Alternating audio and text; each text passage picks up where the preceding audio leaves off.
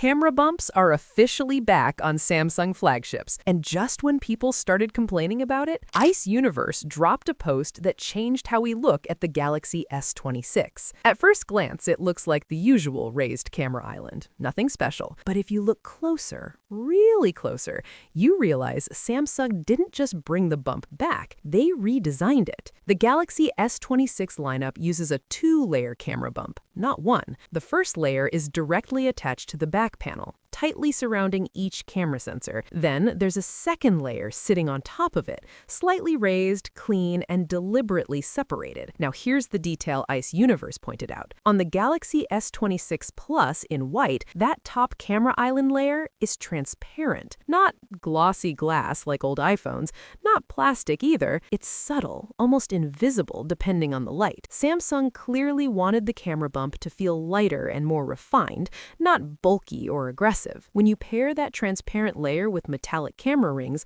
the whole design suddenly makes sense. The bump doesn't look stuck on, it looks engineered. This transparent island could also appear on black and other colors, but white is the first one where it's impossible to miss.